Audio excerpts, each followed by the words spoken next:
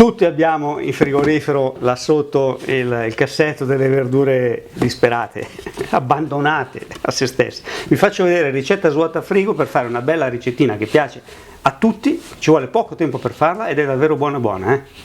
Dunque, vediamo cosa abbiamo dentro questo povero cassetto. Allora, abbiamo una zucchina, questa l'ho appena rubata nell'orto di mio cognato, Andrea, che ringrazio. Ciao Andrea. Poi abbiamo una mezza melanzana che ho avanzato ieri insieme a sto povero mezzo peperone. Avevo fatto la lasagna di verdure e le ho avanzate, quindi le usiamo, però il peperone non va bene, quindi per quello che devo fare le verdure pastellate, il peperone fa acqua quando lo metti nell'olio, non va bene. Poi abbiamo un cavolfiore, ecco, questo qua bisogna farlo perché camminava da solo stamattina, l'ho trovato in soggiorno, l'ho recuperato, questo qui lo facciamo. Poi una carota, ecco, una bella carota ci sta, sedano non va bene, finocchio lo facciamo bollito stasera, basta così. Anzi no, adesso vediamo. Allora, patate e cipolla. Ora adesso vediamo come fare con queste 4 verdure tristi qui a fare un piatto di quelli super, e guardate che ci riusciamo. Per prima cosa mettiamo tutto dentro una bella bacinella larga e comoda che poi utilizzeremo per farci dentro tutto, per dare una lavata alle nostre verdure. E poi le dobbiamo tagliare. Tagliamo a listarelle, listarelline, a patatina fritta, chiamatela come volete, comunque lunga e stretta. Cominciamo con le melanzane. La pelle la lascio, anche se dopo non ci si attaccherà su niente, ma non mi interessa, io gliela lascio perché mi piace. Zucchina, è molto grossa, ne uso solo metà.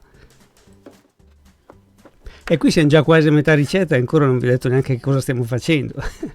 Stiamo facendo delle verdure pastellate ma senza la pastella, ecco, fatte in una maniera che assorbe un pochino meno di olio.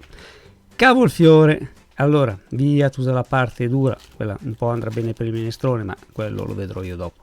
E guardate come faccio con il cavolfiore, perché merita, faccio tutto da sotto, perché se andiamo dentro con un coltellaccio per tagliare a pezzi un cavolfiore, la prima cosa che fate è in giro un mucchio di briciole di cavolfiore ovunque. Se invece noi gli andiamo infidi, tranquilli da sotto, ecco, stacchiamo con un coltellino tutte le roselline di cavolfiori una per una, quelle più grosse le taglio a metà, così sono tutte grandi uguali e guardate, non c'è in giro tutte le bricioline di cavolfiore da tirare su dopo, no? E poi i pezzettini sono anche tutti più belli da vedere, da guardare, guardate che belli che sono, sembrano proprio dei fiori.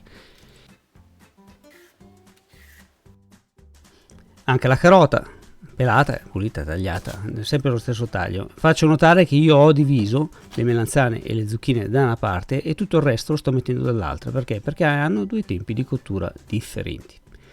Mi taglio anche una patata a piacere, se volete la mettete, se no non ce la mettete, però vi garantisco che è molto buona, saporita. E anche una cipolla, ci mettiamo dentro anche degli anelli di cipolla, non è la cipolla più indicata ma andrà benissimo, tagliata un po' grossa, vedete che un po' si rompe, ma non fa niente, buona lo stesso. Tutto dentro nella stessa bacinellone di prima, gli abbiamo dato una sciacquata, è pronto, cercate di metterci meno acqua possibile. Ora, pentola, acqua bollente, una goccia di aceto così le verdure restano belle croccanti.